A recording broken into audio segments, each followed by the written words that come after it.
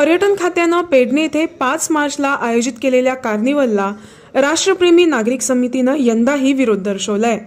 समितीच्या म्हणण्यानुसार कार्निवल हा ख्रिस्ती समाजाचा सण असल्याचं सांगून दिशाभूल करण्यात येत आहे। कार्निवल साजरा करणं म्हणजे पोर्तुगीजांच्या गुलामगिरीत असल्याचं सांगून पुन्हा एकदा कार्निवलला विरोध करण्यासाठी नागरिकांनी सहकार्य करावं असं आवाहन राष्ट्रप्रेमी नागरिक समितीनं केलंय। खरं म्हणजे कार्निवल हा उत्सव किंवा महोत्सव असं म्हणणं हे फार चुकीचं आहे। कारण उत्सव किंवा महोत्सव त्याला वेगळा अर्थ असतो। खरं म्हणजे ही विकृती आहे आणि कार्निवल हा जो प्रकार आहे तो देशामध्ये आपल्या गोव्यात सोडून म्हणजे लांछनास्पद गोष्ट अशी की आपल्या गोव्यातच तो साजरा केला जातो। भारतातल्या अनेक राज्यामध्ये ख्रिश्चनांचं वास्तव्य आहे, आपले ख्रिश्चन बांधव आहेत, त्या ठिकाणी तो साजरा केला जात नाही।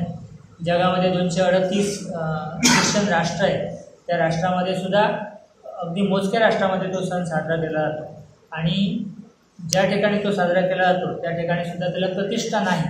पॅगन म्हणजे धार्मिक जी काही बंधनं असतात ते झुगारून तो केल्यामुळे त्याला अजिबात प्रतिष्ठा नाही आणि म्हणून त्याची संभावना पॅगन या शब्दामध्ये केली जाते। गोव्यामध्ये असं भासवलं जातं की हा ख्रिश्चन धर्मियांचा आमच्या बांधवांचा सण आहे म्हणून त्याला विरोध करू नये, हे फार चुकीचं आहे।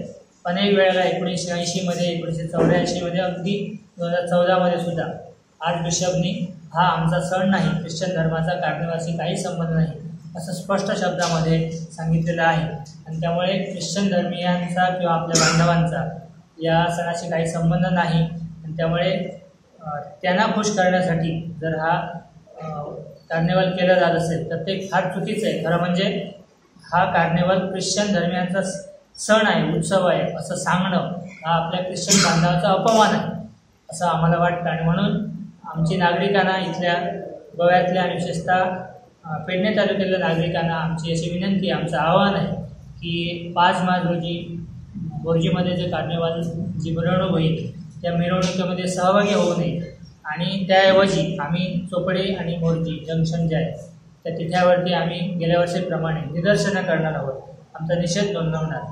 तर आमचं असं आवाहन आहे की राष्ट्रप्रेमी नागरिक जे आहेत, संस्कृतप्रेमी नागरिक आहेत त्यांनी कार्निवल मिरवणुकीमध्ये भाग न घेता या ठिकाणी जी निदर्शनं होतील त्या निदर्शनामध्ये मोठ्या प्रमाणात सहभागी व्हावं।